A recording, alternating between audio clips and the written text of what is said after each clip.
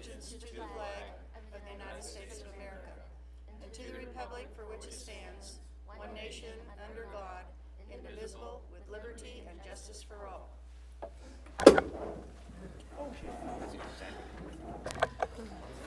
Roll call, please. Councilmember Acuna? Here. Councilmember Borelli? Here. Vice Mayor Clarici? Here. Councilmember Thomas? Here. Mayor Wilkins? Here.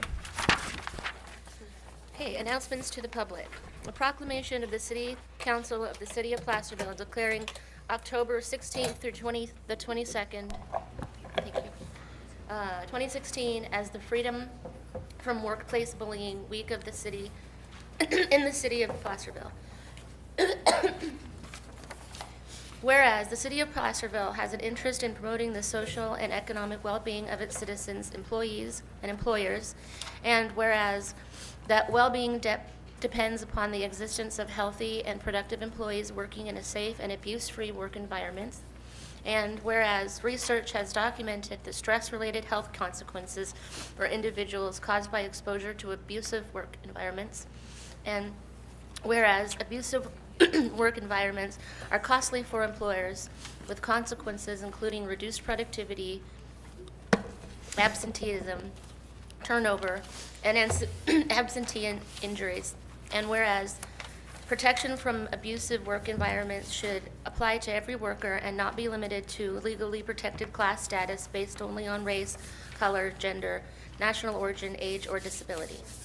Now, therefore, I, Tricia Wilkins, by virtue of the authority vested in me as mayor of the City of Placerville, State of California, do hereby proclaim October 16th through the 22nd, 2016, as Freedom from Workplace Bullies Week, and commend the California Healthy Workplace Advocates and the Workplace Bully Institute, which raises awareness of the impacts and of solutions for workplace bullying in the United States, and encourage all citizens to recognize this special observance.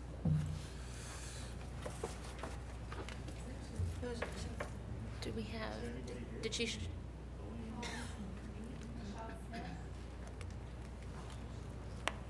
Okay.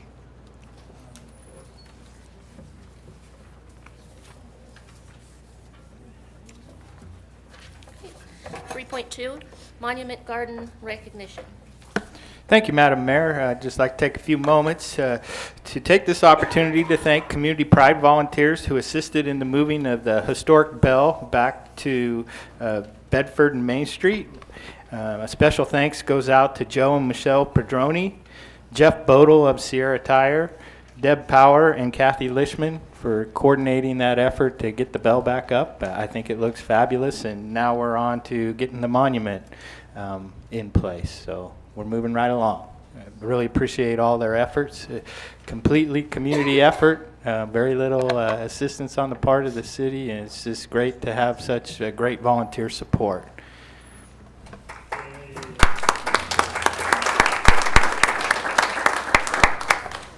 It looks so Steve. nice, doesn't it? That looks Yeah. great to have the bell back. Yep. Okay. Fall Community Cleanup Announcement.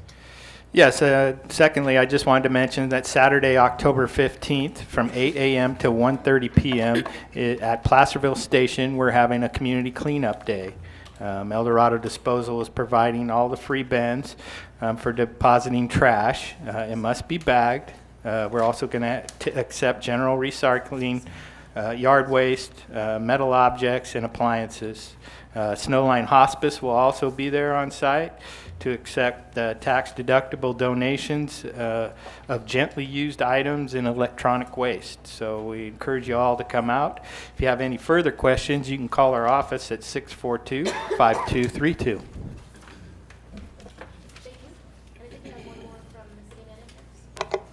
Thank you, Mayor and Council. Yeah, I just want to make a quick announcement for your information. As you know, previously our city clerk left us, and Regina has been here acting as our interim city clerk for the last about 3 months now. I think it's been 2 to 3 months. And today, after a internal recruitment process, I have appointed Regina as our full-time city clerk effective today. So congratulations, Regina. Good choice. Welcome, Regina. We're so Yes. glad to have you permanently in that position. Closed session report? Thank you, Mayor Wilkins. Tonight, in closed session, the council approved a tentative agreement with the Unified Confidential and Supervisory Employees Unit, commonly known as UCASE. The agreement extends from January 1st of this year until December 31st, 2017. Provisions of the agreement include a one-time distribution of $1,750 to each employee, which will be effective the pay period following ratification, retroactive to the first full pay period of July 2016, a base salary increase of 2.5%. The city engineer, the associate engineer and the assistant engineer will receive an annual boot allowance of $250. The city also agrees to provide the assistant engineer and associate engineer with safety, hard hat, glasses, gloves, rain gear, and vest as needed. Effective when the MOU, and a formal MOU will be prepared and brought back to the council, but when that is approved, effective that date, newly hired employees will be ineligible for retiree medical benefits. This does not apply to existing employees, and the union and the city will meet and confer over retiree medical benefits between July and December of 2017. As I mentioned, this will be brought back in a formal MOU. This is the first MOU with this bargaining unit, but the tentative agreement has been ratified now by both the city council and the bargaining unit. Thank you. Adoption of the agenda? I'll move the agenda. Second. All in favor? Aye. Public comment. This portion of the meeting is reserved for persons wishing to address the council on any matter not on the agenda that is within the subject matter jurisdiction of the city council. State law prohibits the council from acting on items not listed on the agenda except by special action of the city council under specified circumstances. The mayor reserves the right to limit the speaker's time to 3 minutes. The mayor will recognize you, and when you come up to the microphone, please state your name for the record. You are not allowed to make personal attacks on individuals or make comments which are slanderous or which may invade an individual's personal privacy. Do we have any written communication? Mayor and council, you have two items that we received after the posting of the agenda. You have those before. One is related to item 12.1, the Wentworth Court emergency expenditures, emergency repairs, and the other is related to item 10.2, the keeping of chickens on property. So those will both be, you can review those as part of those discussion items. Okay, thank you. So I'm going to open up oral communication. Anybody wishing to speak, come to the podium.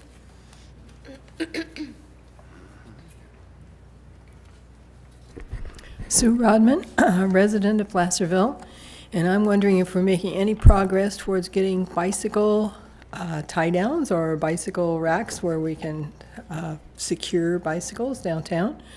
We have a beautiful Main Street, but if you ride your bike there, there's no place to securely lock it up so that you could go shopping on Main Street. So it would be, and I thought those were supposed to be part of the Main Street package that we were doing, that was supposed to be not only what's there now, but also bicycles. And we've had messages about the trash cans that will be coming soon, but still I don't see any action on the bicycle racks for people to be able to use. And Tom Cumston came and gave a nice presentation with several fairly low-cost options for us to pick from, and I haven't seen anything about that. So I'm wondering if there's anything happening or if we are going to be suddenly surprised and they will be in place.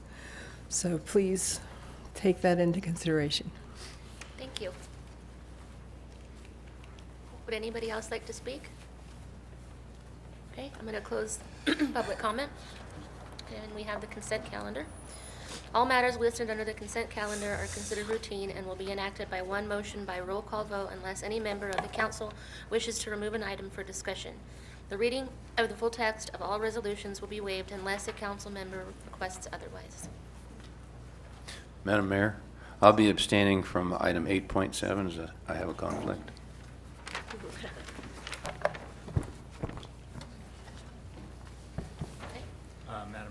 question about 8.9. I could just ask it, and then, or it's more of a statement than a question, but it's actually a question to our engineer. 8.9 relies fairly heavily on congestion mitigation and air quality funds to do it, and I understand that and how we got there. But I would like to reaffirm, just for the public's edification, that these CMAQ funds cannot be used for anything else but what we're using them for, correct? Correct. Yes, thank you. CMAQ stands for Congestion Mitigation Air Yes. Quality Funds, and they are designated for certain types of uses and certain types of projects that promote basically addressing congestion and air quality. Right. That's why the name of the fund. So, which Right. means reduction in greenhouse gas emissions and et cetera, the like. So, bike facilities, pedestrian facilities, roundabouts, which we don't allow, but without voter approval. So that's what they're usually used Okay. for. And for this particular project, multiple years of CMAQ funding has been put through to this project so that we can do it. At least that's how I read the staff report. On the Upper Broadway Bike Lanes project, CMAQ funding has been utilized for project approval and environmental documentation phase, which we're currently in. And then once we get through the environmental documentation phase, we move into right-of-way and Right. final design. Right. We do, it covers only basically for design work Okay. and through environmental. Okay. ATP money, however, we were lucky in being Right. recipients of Cycle 2 ATP funds and $1.7 million towards the construction of the project. Right, and what does ATP stand for? Active Transportation Program. Thank you very much. And I just want to reiterate that money cannot be used, even though some people would like you to think it can be used, it cannot be used to fill potholes, to build roads, or anything else. It is Correct. truly for the issue of these non-motorized pedestrian bicycle facilities. Thank you. You're welcome. I'm done. I'm going to open public comment on consent calendar. No, you can do that. I'm going to open public comment on any item on the consent calendar. Okay, I'll close public comment on that. Move approval of the consent calendar? Second. All in favor, or roll call, please. Councilmember Acuna? Aye. Councilmember Borelli? Aye. Vice Mayor Clarici? Aye. Councilmember Thomas? Aye. Mayor Wilkins? Aye.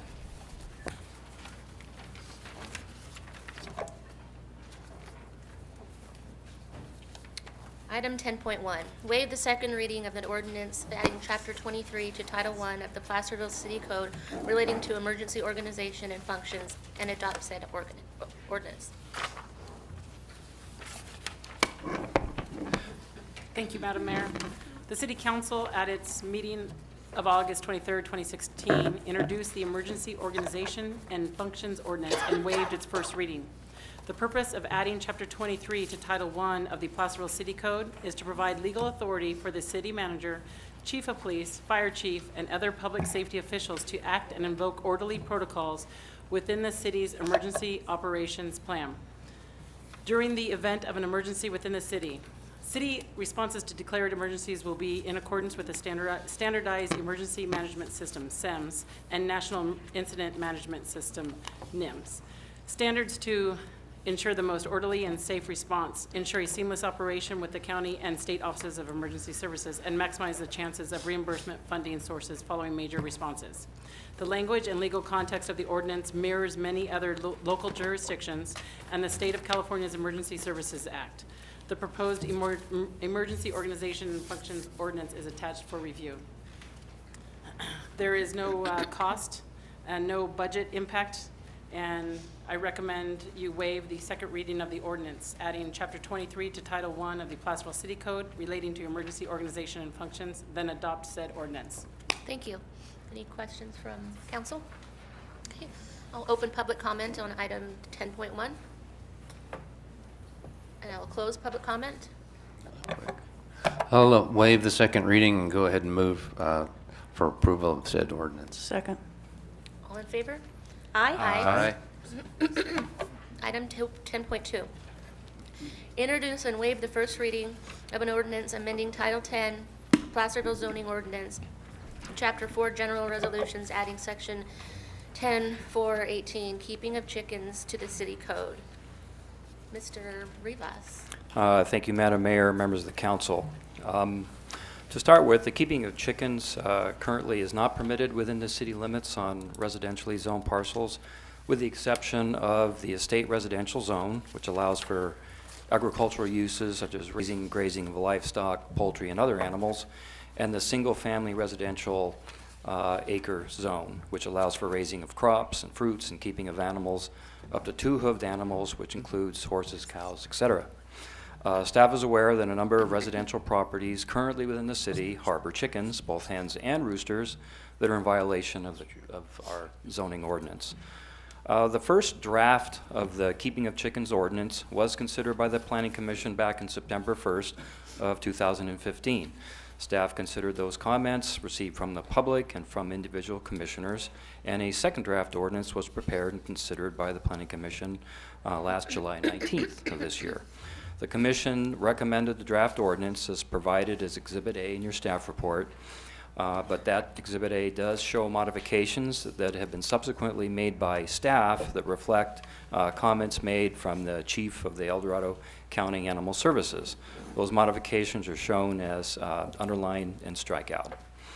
It is the opinion of staff that allowing for the keeping of chickens on residentially zoned parcels will give residents the opportunity to provide for a local, sustainable food source for themselves and allow for the children of families to engage in 4-H and animal husbandry projects.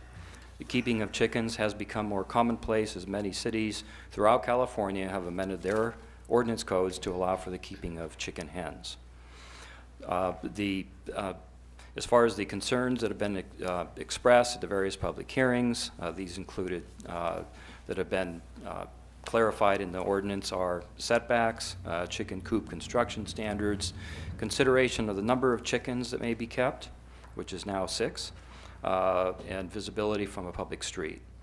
The recommended draft ordinance has been modified in response to the comments made to date.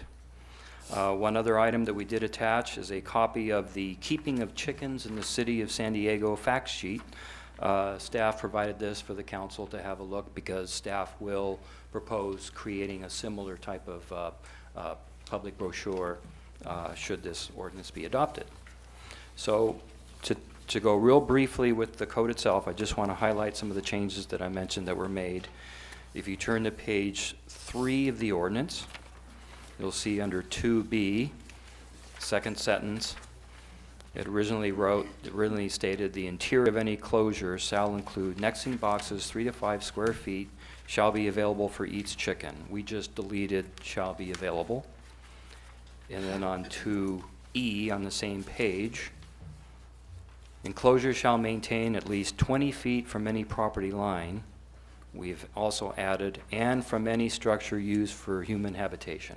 And that's a very common requirement that we've seen throughout the code.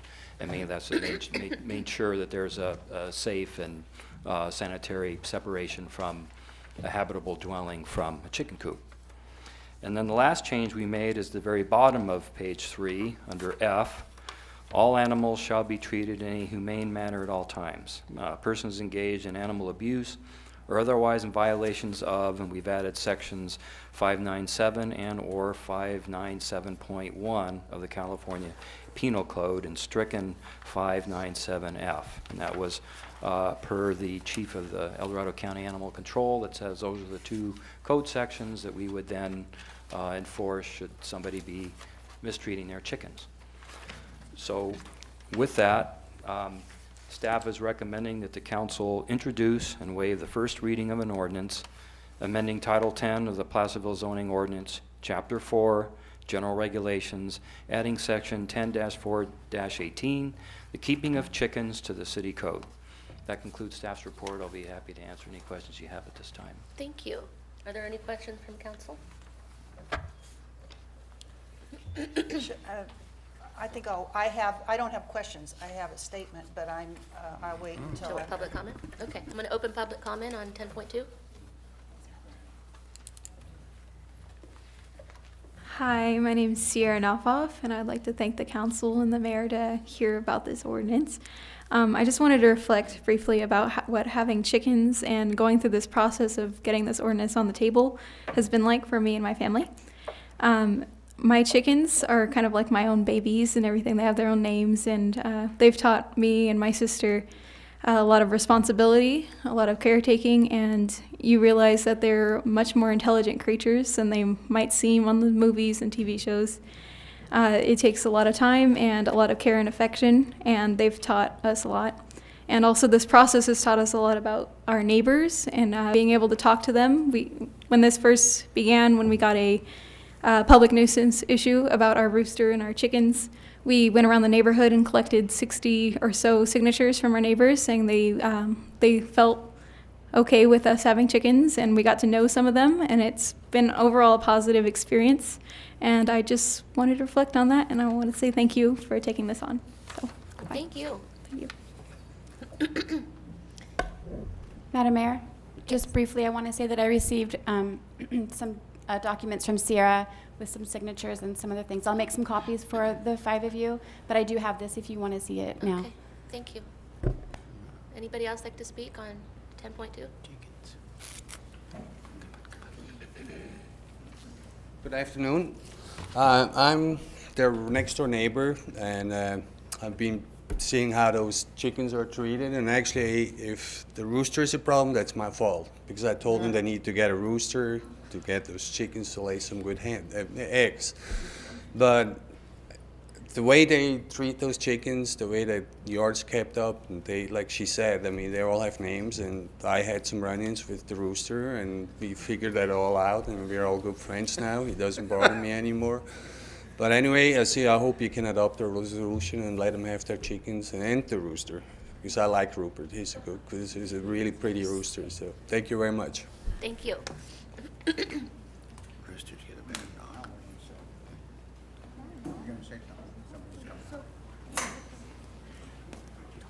Hi, I'm Sue Cooper, and actually I sort of got this started 2 years ago, October. So we had a nuisance complaint, and we had to rehome our girls, and we were very sad. And so I thought, how can we get them back? And so I started this with Pierre's help, and so I'm glad it's coming to a close, hopefully with a positive outcome. So thank you. Thank you.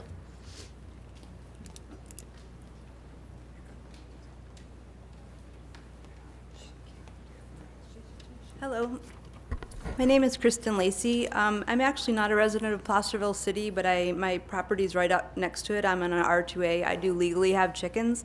I became involved last September with Pierre. I had some ambiguities when we moved here from rescue as to whether or not I could legally bring our chickens over. So I've been involved with this since this point.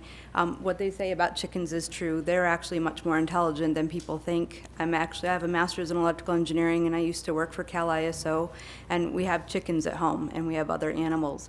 I've been very surprised with the things that chickens can do, and over the last few years that I've had them, I've actually seen the benefits. And I covered them last September, and I don't think some of you were in that meeting. So chickens eat bugs, which actually reduces pesticides. When we moved to our property over, it's right off Placerville Drive, we had carpenter ant infestation, which was an understatement. Almost the whole house is being consumed. And we brought the chickens, and we have not used any pesticides whatsoever. And we do have the creek watershed that runs through our backyard, so there isn't any pesticides that will be going in the watershed because of that.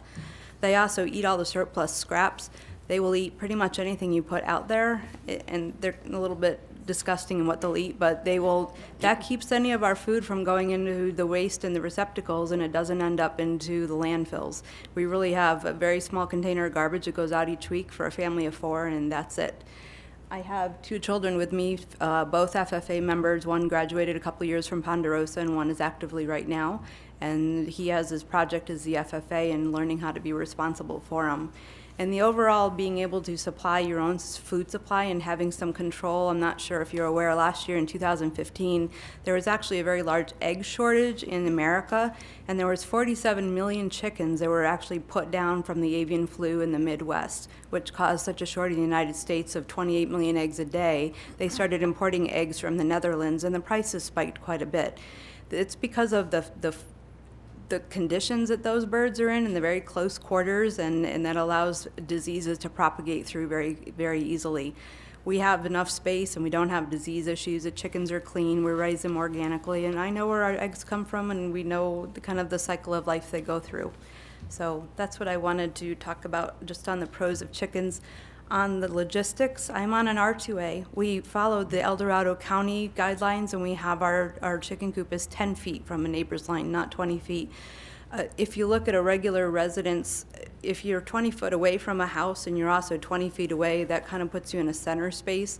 And chicken coops generally need to stay cool, so they need to have some tree foliage or something. So I may recommend that you look at the number of maybe 10 feet to be coincide with the El Dorado County guideline on that. Otherwise, Pierre has been wonderful in trying to get this passed, and I am definitely on board for seeing it. It's something I think this Americana town should have, and it's rich in its past, and it should also be part of what people are allowed to do. So thank you for your time in considering this. Thank you.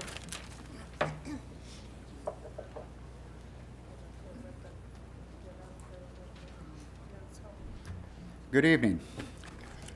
My name is Mike Butterfield, and my nieces, my wife, and my nieces came to us through foster care, and you know, it was kind of rough there for a while. So we got the chickens to help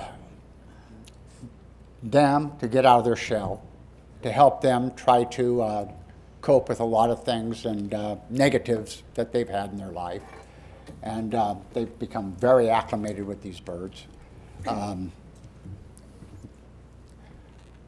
The rooster, I was not really sure about that. I polled my neighborhood, and like Thomas said, he kept saying, well, when are you going to get a rooster?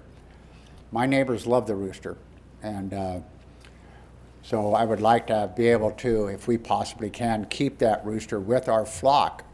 And I believe that everybody should be able to have a flock, because if you haven't tasted a fresh laid egg, yeah, you don't know what you're missing, in all honesty. There is flavor in that yolk that you won't get out of a store-bought egg, ever.